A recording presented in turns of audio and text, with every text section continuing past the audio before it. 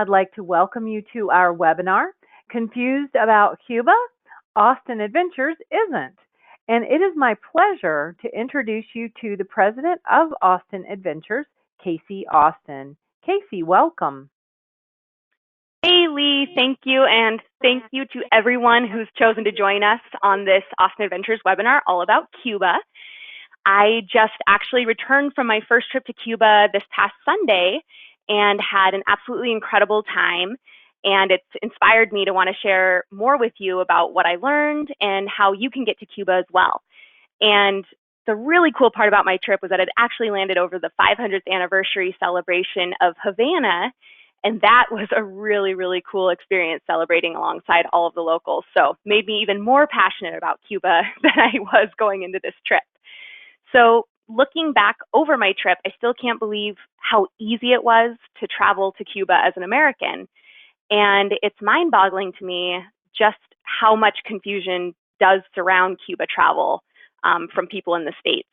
So the purpose of this webinar is to make you feel 100% confident that Cuba is a safe destination for Americans to travel to, and that it's not nearly as complicated as one might think, just from what you've maybe heard from the government or in the media or from word of mouth. So first, quickly, an introduction to me. I'm Casey Austin, president of Austin Adventures, and I like to have a little hand in a little bit of everything here at Austin Adventures, but my major role is in operations. So what does that mean? What do I do in my day-to-day? I hire and train and manage our Rockstar Guide team here in the States, and I also manage trip development and itinerary creation with our partners around the world. I even get out to guide a few trips myself during the summer in my favorite national park, Yellowstone. So I love what I do. Obviously, I love the perks that come along with working in the travel industry, like traveling to Cuba to learn a new trip with our awesome new partner that we have there. So if you look through today's topics, you're going to see that we're going to cover all things Cuba related. So we'll start off with a short introduction to Austin Adventures and then launch into the really good stuff. We're going to cover an introduction to Cuba, like where it's at, the logistics of traveling there, and why you should go there now. And then we'll move on to the legality of travel to Cuba and the process involved. The process involved to get there. I promise it's actually pretty interesting and very easy. And of course, we'll cover how to book a trip through Austin Adventures if you're so inclined after listening in on this presentation. And we'll breeze through some highlights of my trip to Cuba just so you have an idea of what our Cuba trip is like. And then we'll cover how we can book you onto a scheduled trip on your own, or on your own custom trip to Cuba. And then, of course, we'll have time for some questions and answers at the end. So as Lee mentioned, you can type questions into the sidebar if you think of anything as I'm presenting, and Lee will take the time to read out some of the questions during the Q&A session at the end. All right, so first off, who is Austin Adventures? Austin Adventures is a boutique adventure company, and it's owned and operated by the Austin family. So as you know, I'm our president. My dad, Dan, is very much involved in the day-to-day as our CEO. He has a big hand in our marketing efforts. My mom is one of our adventure consultants selling our adventures. So chances are if you call us up, you'll end up talking to Carol on the phone at some point. My brother, Andy, also works for the company here and there as a guide and travel photographer. So as you can tell, it's truly a family affair. So back to what Austin Adventures is all about. We offer active adventures with a passion and a mandate for exceptional customer service. Austin Adventures offers trips on all 7 continents. We aren't the biggest tour operator on the block, but we like to think we're at least one of the best. We believe our smaller size gives us a competitive advantage to the bigger companies out there. And whether it's just getting into a local lodge or a restaurant, or just making sure everyone gets what they're looking for out of every day, it all comes down to our commitment to customer service and the ability to make it happen. And just looking at the list of who signed up for this webinar and to answer your question in advance, we do book guest direct, but we also love working with our travel agents. All right, so now that you know who Austin Adventures is, let's dive into an introduction to Cuba. So first of all, where is Cuba? Cuba is the largest island in the Caribbean, and it's located only 90 miles south of Florida, which is crazy to me. It's absolutely a whole other world, but it's so close to the United States. How long does it take to get there? So a flight from Miami or Fort Lauderdale to Havana only takes about an hour, which is a very easy, short flight. You're practically in there, they serve you a drink, and then you're all of a sudden on the ground in Havana. So that's pretty awesome.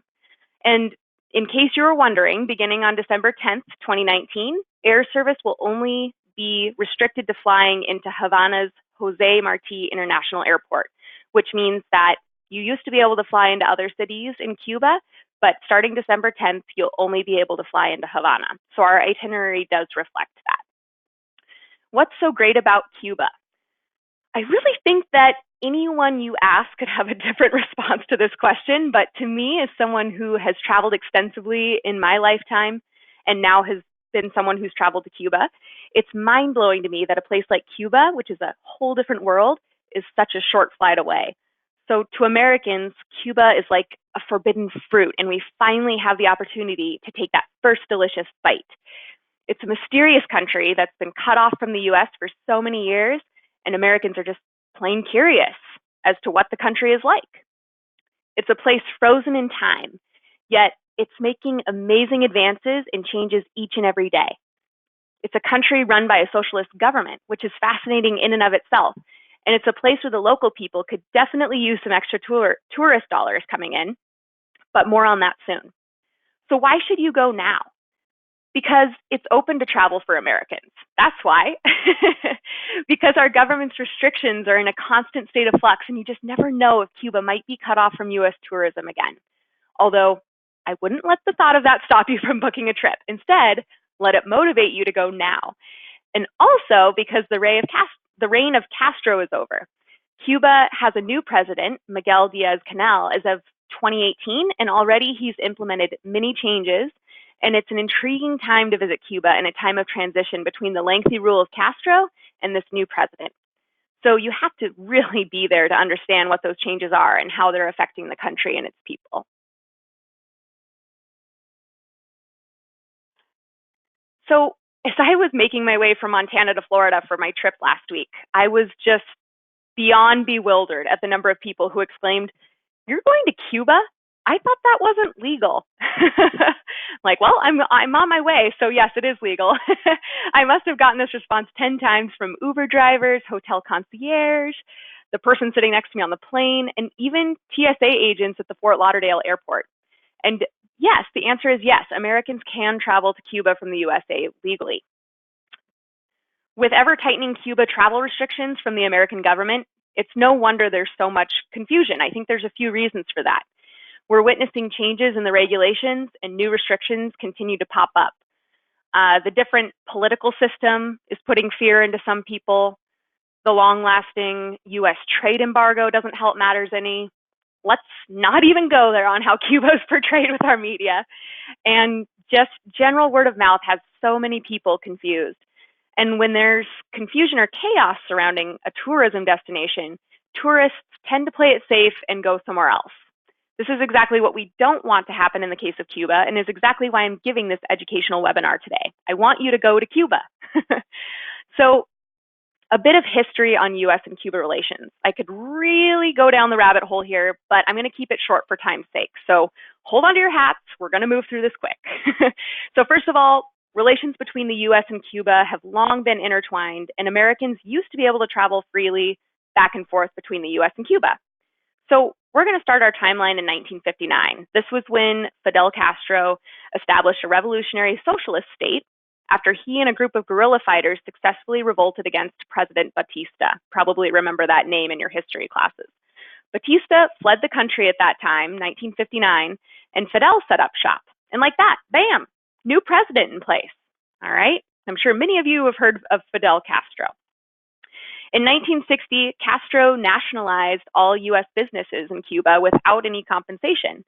So this kind of made the US mad, and this is when the US imposed a trade embargo on Cuba that still lasts to this day. 1961 brought about the US-backed Bay of Pigs invasion by Cuban exiles, backed by the US government. That did not go well for us.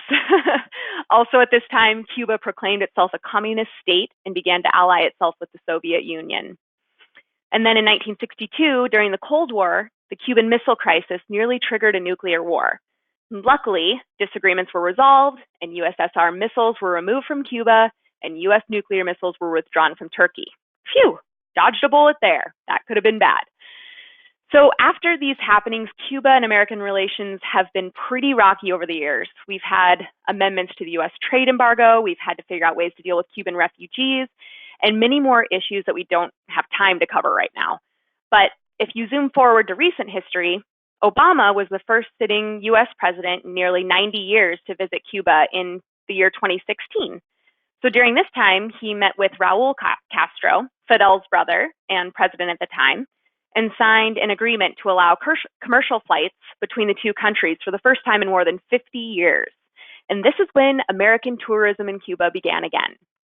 Since Trump took office, he's reinstated some restrictions on Americans traveling to Cuba, but claims he will not break diplomatic relations. So these are the changes you're seeing in the media today. No more cruise ship travel to Cuba, no more flights into any city except for Havana. He has reasons for these things. But Cuba is still open to Americans for tourism, and it's actually still pretty easy to travel to Cuba under the newest regulations. So after that lengthy history lesson, let's talk a little bit more about how Americans can travel to Cuba legally. First off, the big question, can Americans travel to Cuba legally? I think I've answered this a couple times already, but yes, the answer is yes. But you need to travel under one of 12 permitted categories of legal travel in accordance with the Office of Foreign Assets Control, abbreviated here as OFAC, OFAC. This is a division of the U.S. Department of Treasury here in the States. So these 12 permitted categories of legal travel, they sound a little bit complicated and scary, but in reality, it's actually really simple. What does it mean? First off, to travel to Cuba legally, you need what's called a Cuba General License.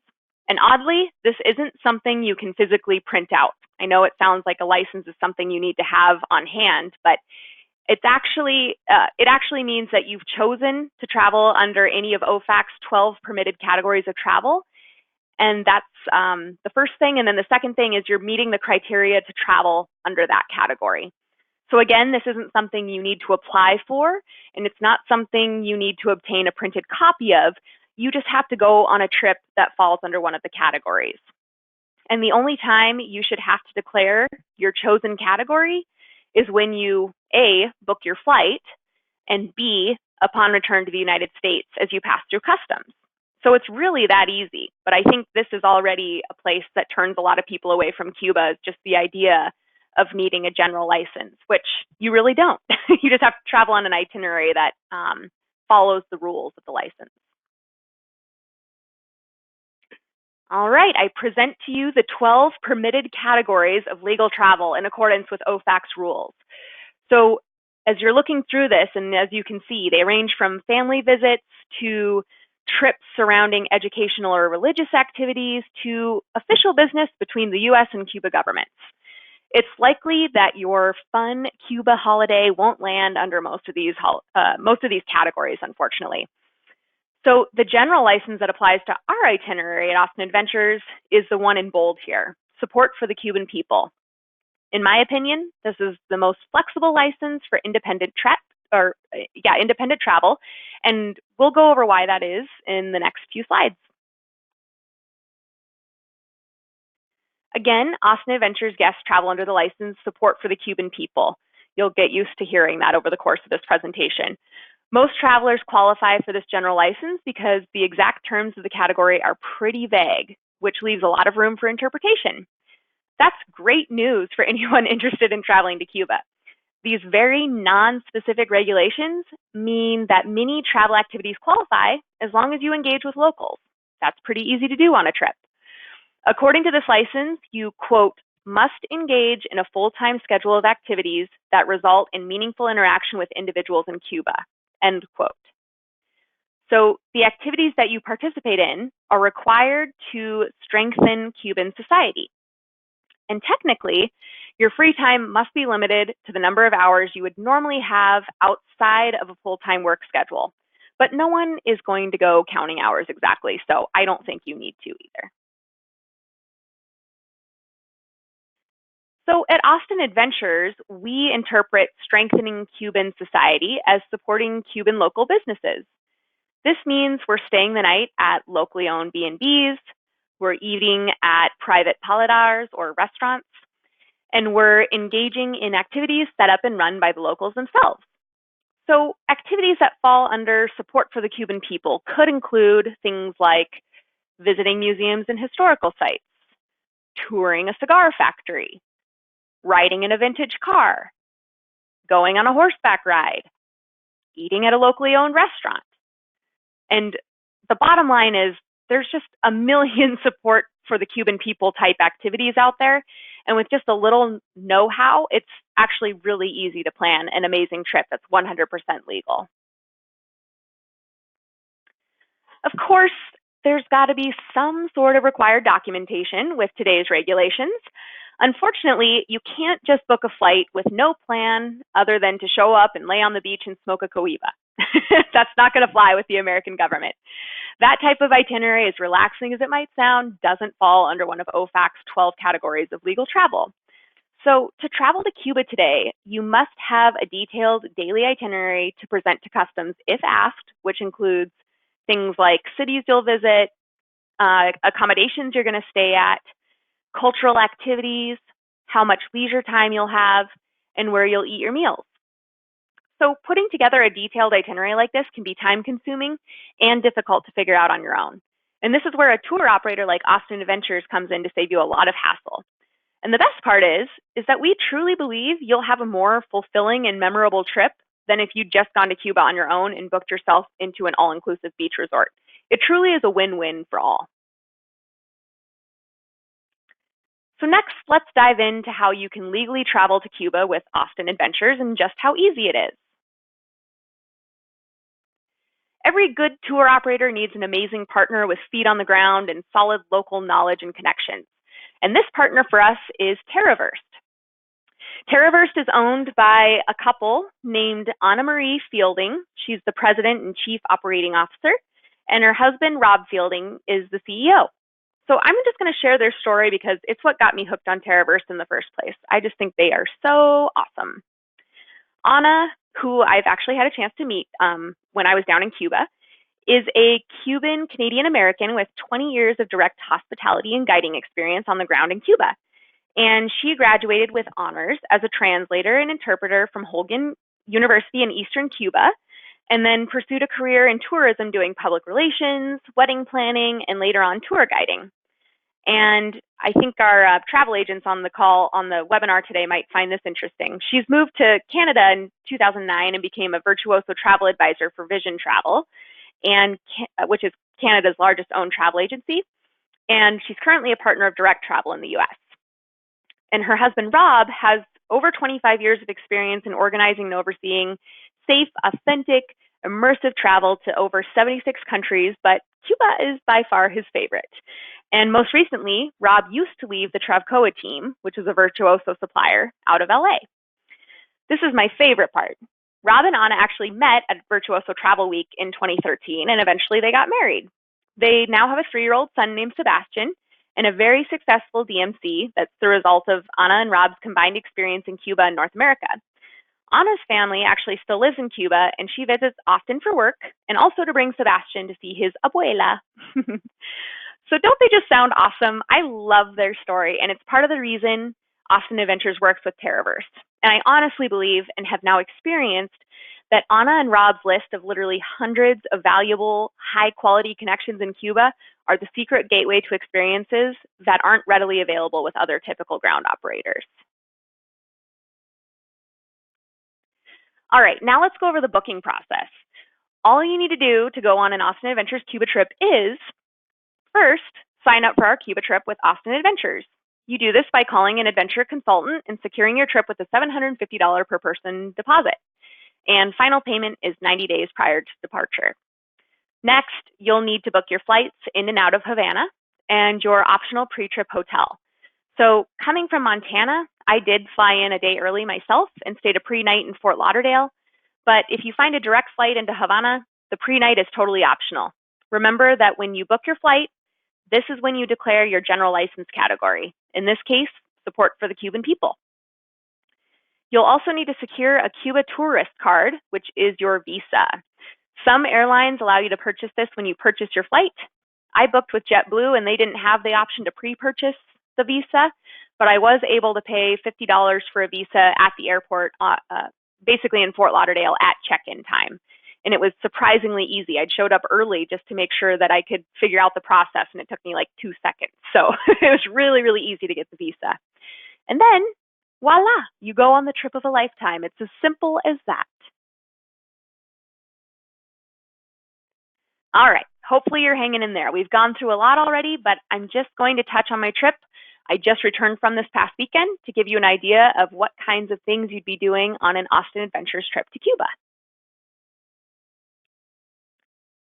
So an overview. One thing that will differentiate my trip that I went on from future Austin Adventures trips was the flexibility required on the Havana portion of our itinerary to celebrate the 500th anniversary of Havana, which just took place on November 16th, which was really cool. Pictures thousands of people celebrating in the streets with bands playing, fireworks going off, and dancing all over the place.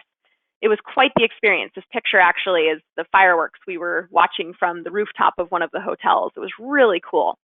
So obviously on our 2020 scheduled trips, you're not going to be having any kind of 500th anniversary of Havana celebrations or anything like that. I'm sure they'll be ongoing for a while, but nothing like what we experienced. But you are going to experience a really neat country in a really neat way. So what you'll do on our 2020 scheduled trips is you'll fly into Havana and immediately transfer to Trinidad for the first half of your trip, and the last half of your trip will take place in Havana. These trips are 8 days long and 7 nights.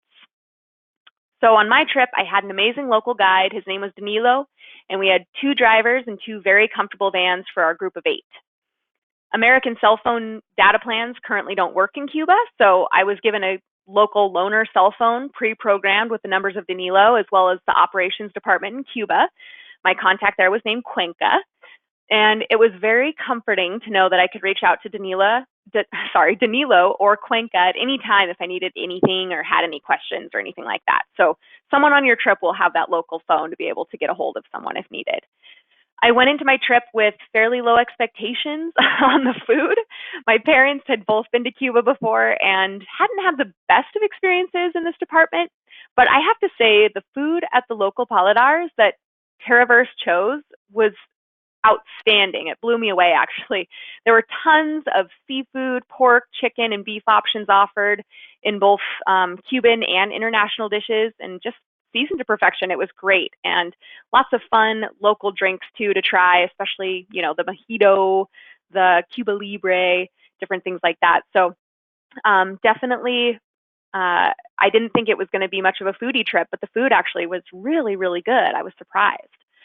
And then another thing that my fellow guests told me that stood out about Austin Adventures Cuba itinerary in comparison to others they'd researched before their trip is that it's quite active in comparison to a lot of other Cuba itineraries out there.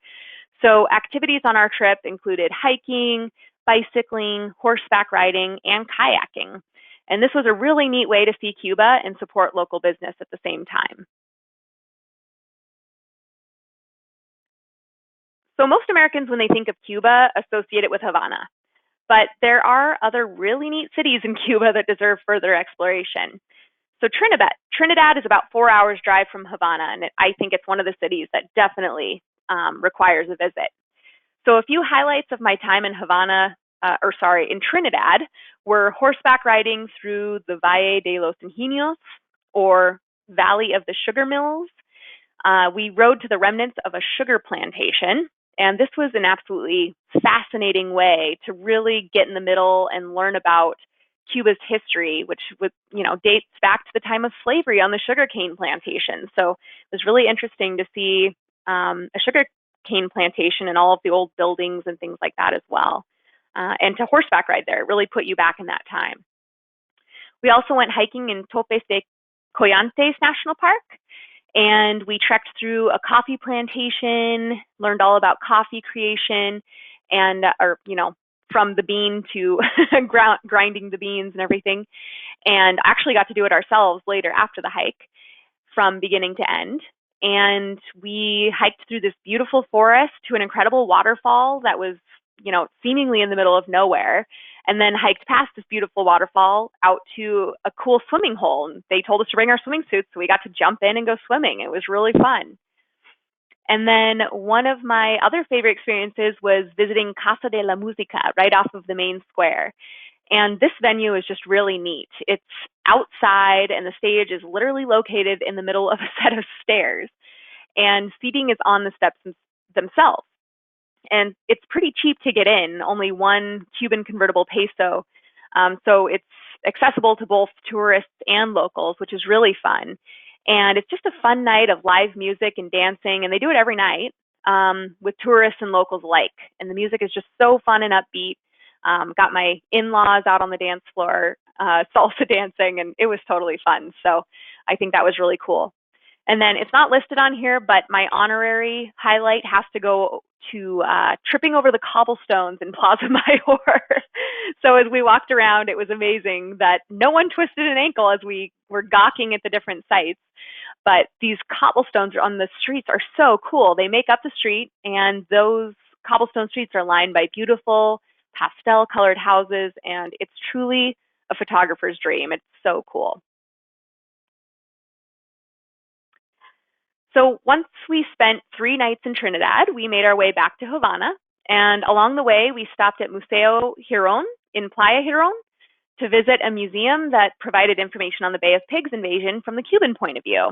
So that was actually really interesting to learn all about that, especially, I'd done a little bit of research on what happened and everything beforehand, but getting to learn all about that was really interesting. And that, tied in a little bit to the Cuban Missile Crisis and all sorts of good stuff that were fascinating to learn more about.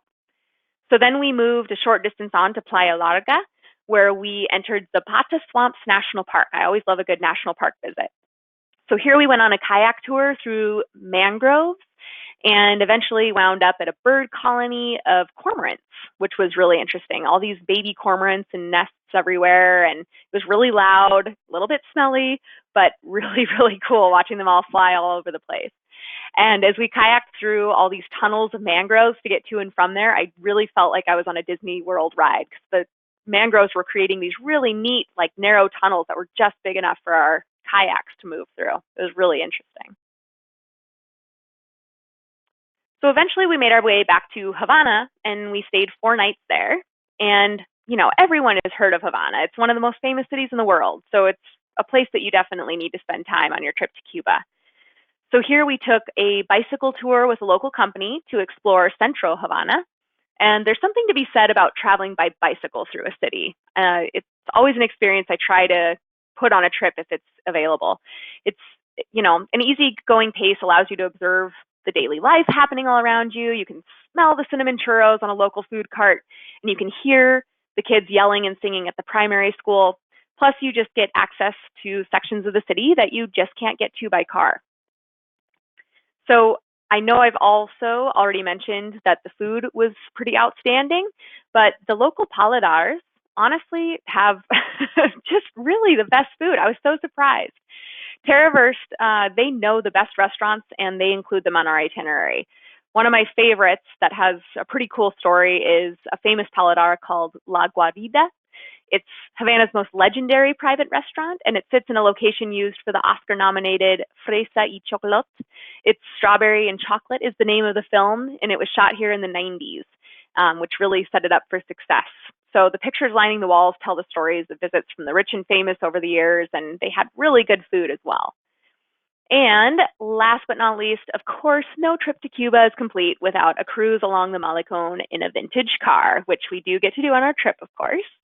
And even today, there's just no shortage of 1950s cars lining the streets of Havana. It's so cool, and it's literally like it's frozen in time, and it's just really fascinating to see that in person. All right, so then we stayed at 2 different accommodations on this trip. In Trinidad, we stayed nights 1 through 3 at La Casona, which translates to the big house, and it is a very large property. It has 8 rooms that are all spread out. Basically, there's courtyards all over the place. There's a garden. There's a pool that doesn't have water in it right now, just because there's a rule right now in Cuba that no one can have water in their pools because of a water shortage. But it's just a beautiful property. I couldn't believe how gorgeous it was. It was just really relaxing and nice to hang out. It's a bed and breakfast. It's a horse ranch. It's perfect for those who love nature and animals. It's very quaint and charming. I loved that place. And nights 4 through 7, when we moved over from Trinidad to Havana, we stayed at La Reserva, which is in the Vedado district of Havana. And La Reserva is a freshly renovated colonial mansion, and it has a nice mix of vintage, colonial, and mid-century designs. It has an in-house art gallery with works by contemporary Cuban artists, and a stay here truly does feel like you're just staying at your best friend's house if your best friend had an impeccable sense of style. Really liked that place too. The accommodations were outstanding. All right, so we're nearly through. Let's just quickly cover scheduled trips versus custom Cuba trips. Currently, we have 2 scheduled departures for travelers to choose from in the spring of 2020. So these dates are going to be February 23rd through March 1st and March 22nd through the 29th. The host city where you fly into and out of is Havana, and this trip costs $48.98 per person based on double occupancy. So what's included? We do consider this a mostly all-inclusive trip. What's not included are a few meals, your airfare, your visa, gratuities for your driver and guide, a pre-trip accommodation if you fly in early to Florida, and of course, any extra activities or personal expenses. I do recommend bringing extra cash for souvenirs and things like that. Cuba has amazing artists and of course, the famous Cuban cigars. And in case you were curious, a cohiba does cost $23 at the factory store, and there are other amazing Cuba cigars out there that are available for just $1 each. So you really have your choice, and they're all great. So if you are a cigar lover, obviously you will love Cuba, very famous for its cigars. Otherwise, all services are included from your pickup at the Havana airport to your drop-off at the airport 8 days later. And trust me when I say that it makes your vacation 100 times easier to have most everything included up front. You can't use American credit or debit cards in Cuba, which means you need to bring US dollars with you to change into Cuban convertible pesos, or what they call cooks. And just imagine how much money you'd need to carry with you, how much cash you'd need to carry on your person if you didn't have an all-inclusive trip. I don't know about you, but carrying large amounts of cash in a foreign country makes me pretty nervous. So I personally liked having everything all arranged ahead of time. Sorry, moving around between slides here a little quick. All right, so also what I wanted to mention is that we do custom trips to Cuba as well. So if our 2 scheduled dates don't fit into your availability time frame, or maybe you have a certain group that you want to travel with, just your family perhaps, we do, Cuba trips, custom trips for 2 people, 4 people, we've put them together for. Or maybe you want to change up the itinerary. You don't want to go horseback riding, or you don't really care to go kayaking or something like that, or you just want to stay in Havana the whole time. We can definitely put together a trip for you. So if you dream it, we can build it. We've already put together several customs for 2019 and 2020, and the process is actually pretty quick and easy. So just give us a call if those 2 scheduled dates don't work for you, and we can see what we can figure out. All right, and a few final comments from me. So it's finally time for me to close this out. First of all, I hope you've enjoyed today's webinar and that you've learned a few things about Cuba along the way. Chances are high that if you've joined me today, you've been curious about traveling to Cuba yourself or know someone who's interested in traveling to Cuba. So I hope that if you are ready to take the next step, I've inspired confidence in you that Cuba is a safe and worthy destination to spend your next vacation. So Cuba is a complex and complicated country. It's located very close to the United States, as we talked about earlier, but it's an entirely different universe. So the type of traveler it takes a curious traveler with an open mind who wants to understand and recognize and appreciate the differences between America and Cuba. To travel to a country like Cuba, you just need to be receptive to new ideas, open to learning about a very unique culture and political system, and adaptable to change. I feel like most travelers looking to go to Cuba and those who are willing to jump through the hoops of the US government to go fit this description and will absolutely love this country and experience, just like I did. If you take one thing away from this webinar, it's to go now. Don't wait. And again, thanks so much for watching. As a bonus for participating in this webinar, you might have seen in our email, we'll be choosing one lucky winner to receive a $500 discount on their next trip to Cuba. So watch your inbox. And if you've participated in this webinar and are now interested in booking a trip to Cuba with Austin Adventures, you'll receive $100 off your next trip to Cuba with us as well. Just let us know you watched this webinar at time of booking. And yeah, that is me in the photo, by the way, bellying up to the counter to buy a couple of cohibas. So winning Cuba, right? And now I will hand the reins back to you now, Lee. Okay, thank you, Casey. Well, first thing I want to know is, did you smoke one of those cohibas? You know, I did not. I brought them back from my dad because I don't think he would actually let me work at Austin Adventures anymore if I didn't bring him back some of his favorite cigars. So. All right. Okay. Well, all right. Now we'll get into the serious questions. That was just, I couldn't resist that question. But okay, let me ask you a question about, is there an age restriction?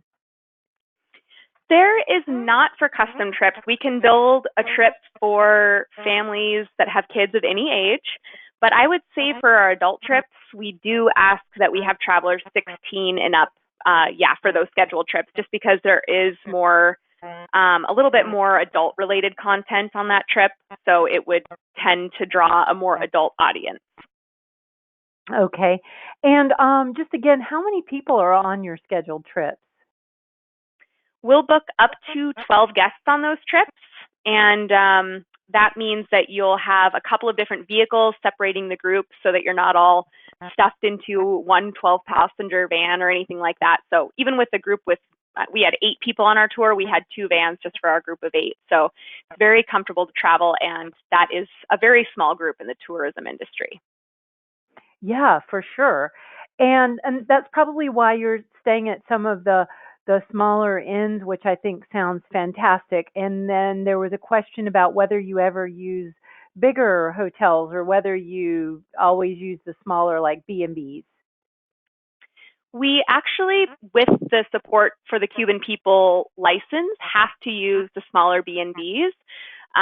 Part of the rules with the license is that you can't use basically military-owned properties for anything that you're doing. So a lot of the bigger hotels in Cuba actually are owned by the military technically. So we're not technically supposed to use those properties. And honestly, the B&Bs are awesome. They're really cool. I'd heard stories before of, this B&B being out of toilet paper and this one not having, just the basic amenities that you want to have on your vacation. But I did not find that at all with the properties that TerraVersed found. They were absolutely well stocked. They were gorgeous properties.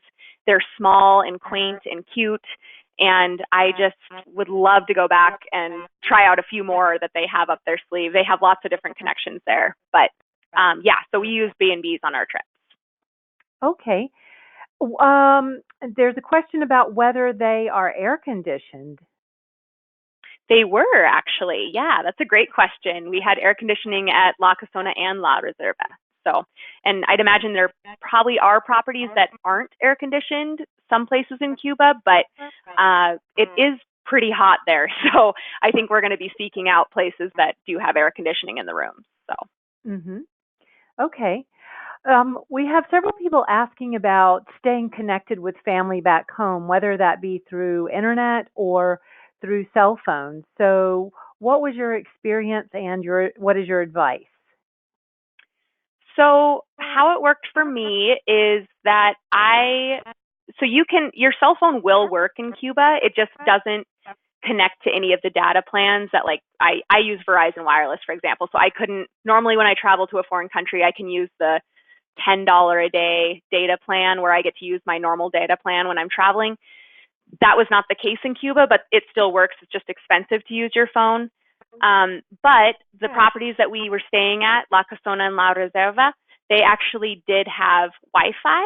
It wasn't the most amazing of Wi-Fi. You're not going to be able to do like a FaceTime call, but you can send out emails. I was able to get text messages from other people who had iPhones. And the Wi-Fi was better in Havana than it was in Trinidad, but I was able to stay connected with people back home. Okay, good deal. Thank you.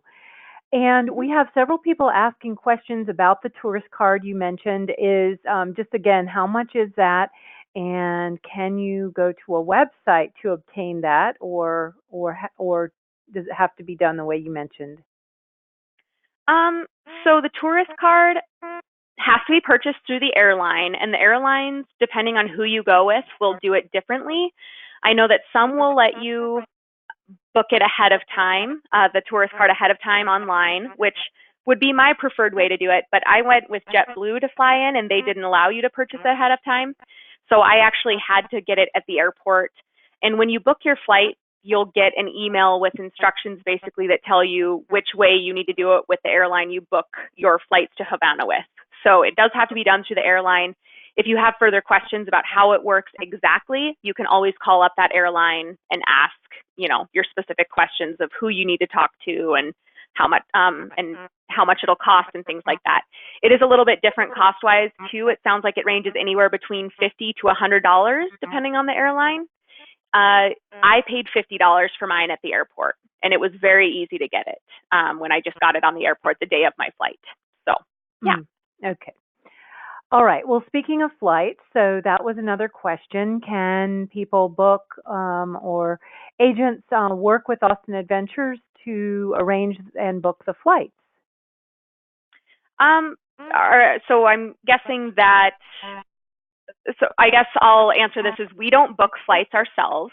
You're certainly welcome as a travel agent to book the flights for your client if you want, or you can book them direct as a client. But Austin Adventures doesn't book flights. We can recommend you which ones to book if you need some help with that. But it's pretty easy, especially, since you can only fly into Havana now. There's only so many flights that fly into there. And there's a couple of different airports, at least in Florida, that I know of. This is a pretty recent change that they've only been allowing you to fly into Havana, but I know there's flights going in there from Miami and Fort Lauderdale, and I'm sure there's other connecting points as well that do fly into Havana. So, okay. Is there a departure fee for leaving Cuba? No, not that I paid anyway. Okay. All right, cool. Good. Thank you. Yeah. Let's see. So, okay, what time do you have to land in Havana in order to meet the group? I suppose this is information that is passed along at the time of making the reservation for the trip. But is it pretty much the same for every trip? It is. Normally, we just request that you arrive into Havana anytime before 1 o'clock p.m. that first day, especially if we're going to be transitioning from Havana to a different city, because it's best, especially now that I've seen the roads and what they're like, it's best if you can do most of your transfers in the daytime before it gets dark. And it was starting to get dark around 6 o'clock there, or a little bit earlier, I guess. But there's, horses on the road. There's people driving cars sometimes that don't have headlights. So it's just best to be off of the roads if at all possible. And on our trip, since we're flying into Havana and then making a 4-hour transfer to Trinidad, it is best if you get in before that 1 o'clock time. But you can book whatever flight works with any airline as long as you arrive before 1. Mm-hmm. Okay.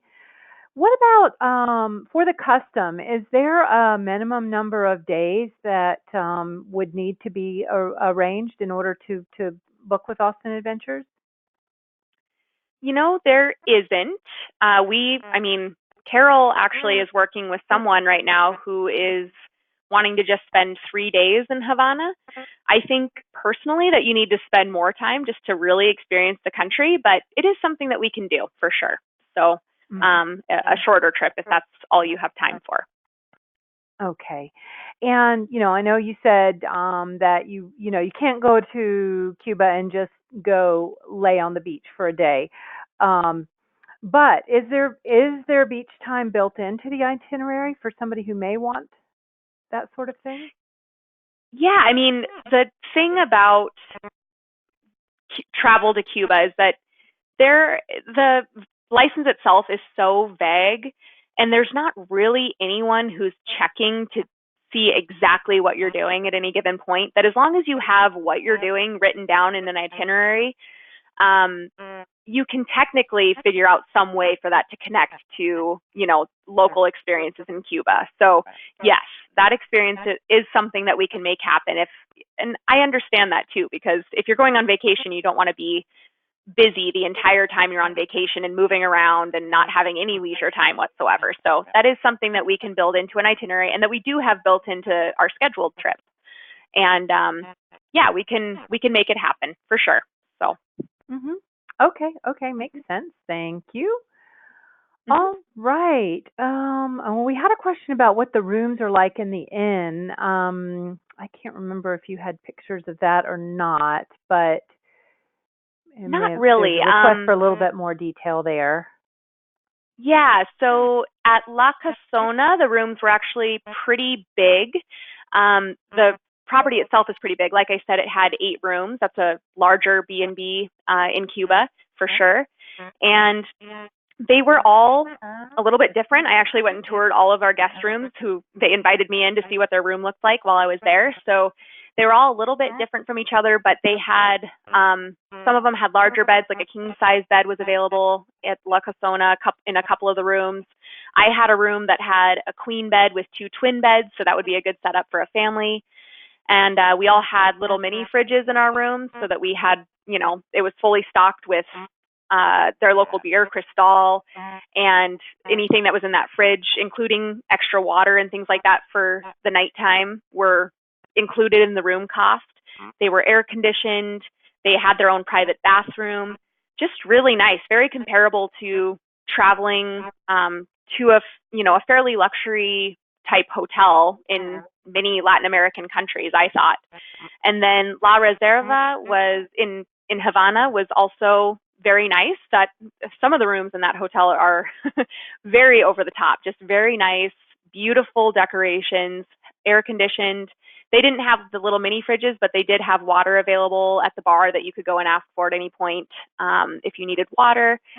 And yeah, just very comfortable and very quiet too. I think that's an important part of being in Cuba is you want to have a nice quiet place to lay your head down at night. So I was just really impressed with both hotels. They're both really, really nice rooms on the inside.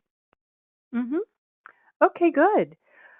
All right, let's see. We have a question here. Oh, about travel insurance and whether you advise travel insurance, taking out specifically. This says taking out extra medical coverage. Extra medical coverage.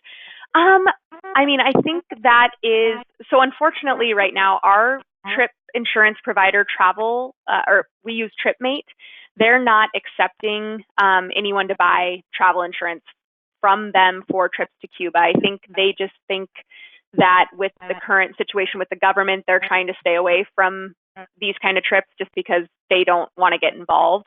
So you would need to find an outside insurance provider who would provide insurance for your trip to Cuba. I 100% am a fan of trip insurance no matter what. I just think there's too many things that can happen with your own personal health and things like that or a close family member's health that you don't want to lose your entire your entire deposit or your entire trip payment towards someone in your family getting sick or getting into a car accident or something like that. So I do recommend getting trip insurance. You won't be able to purchase it through Austin Adventures, but there are outside sources out there, I'm sure, that are providing travel insurance to Cuba. Mhm. Okay, good. Someone just typed in and said Travel Guard will offer that, so that's good Oh, to great. know. Yeah. Yeah. All right. Let's see. Just a few more questions, and then I think we can wrap it up. You mentioned bottled water. So is that advised throughout your trip, or is the water potable? Definitely not. You'd want to stick with the bottled water. I still was brushing my teeth with the water and things like that, which I was fine throughout, but it is advised that you just drink the bottled water, and there was no shortage of that on our trip whatsoever. We always had it in the van, like a huge cooler full of cold water, and we could get it, as many as we wanted throughout the day. Also at mealtime, when you go to lunches and dinners on any included meals, you have two beverages that are included with each meal, and you can choose whether you want to have water, sparkling water, the local beer, or even like a pina colada or a mojito. It's two beverages are included at each meal, so we stay very well hydrated on this trip for sure. So, all right, that's the priority. That's what we need to know. Okay. One last question, and you touched on this, but I think we have still some questions, and it is about money and needing money and getting it exchanged and so forth. So just real quick, one last time, would you please go over how that works? Yeah. So when you are on your trip, so I guess we'll start with before you go to your trip, you want to get money out in the US from your bank, and the agreed upon amount that my group thought would have worked best would be about $500 US to bring with you extra on top of your trip. And this is something that you can exchange. They have these little change houses, basically. The exchange rate is $1 equals 87 cents, basically, in convertible Cuban pesos. So, and let's see. I'm trying to think. You do want to have some extra money because you are going to have to pay, your gratuity for your guide and driver. There are, on this trip in particular, there were 3 meals that weren't included that we needed to pay for, and meals cost anywhere between, I would say, probably an average around $30 to $40. Although, of course, you can go wild if you keep racking up the drinks or anything like that. But then, of course, just having a little bit of a budget, too, for getting some extras, whether you want to buy Cuban cigars or there's tons of beautiful artwork everywhere. Those are the type of things that you're going to want to bring extra money to spend. And so it is recommended, I would say, probably to bring $500 US in cash. And that's just, a safe thing to do anyway, because you don't have access to using your credit and debit cards in Cuba, which is a little bit nerve-wracking, actually. So I actually liked having that extra cash on me just in case. So yeah, makes sense. Makes sense. Okay, good. Well, this has just been so informative. We've just loved it. So many positive comments. A few questions that I'll forward along for some individual follow-up after the webinar. So let me turn it back to you, Casey, for closing comments. Awesome. Thanks so much, Lee. And thank you, everyone who has chosen to take an hour of your time to join us for this webinar. I really hope that you took something out of it and that you feel that Cuba is a safe destination to travel to, and that the time to go is now, and that you have a great provider in Austin Adventures if you do want to book one of our scheduled trips or even put together a custom trip. We're here for you to help you put that together. So you're welcome to call me at any point to talk more about my experience if you want to chat more about the specifics. Or Carol in our office, she's one of our awesome salespeople, my mom. She is also happy to answer questions. She's been to Cuba herself before as well, and she is probably our main contact for getting people booked on trips and things like that to Cuba. So if you do have any questions, don't hesitate to give us a call. We're here to help you out and try and get you to Cuba. So thank you for joining us today. All right, and my thanks as well. And with that, we will say good day and conclude the webinar. Goodbye, everybody. Bye, everyone.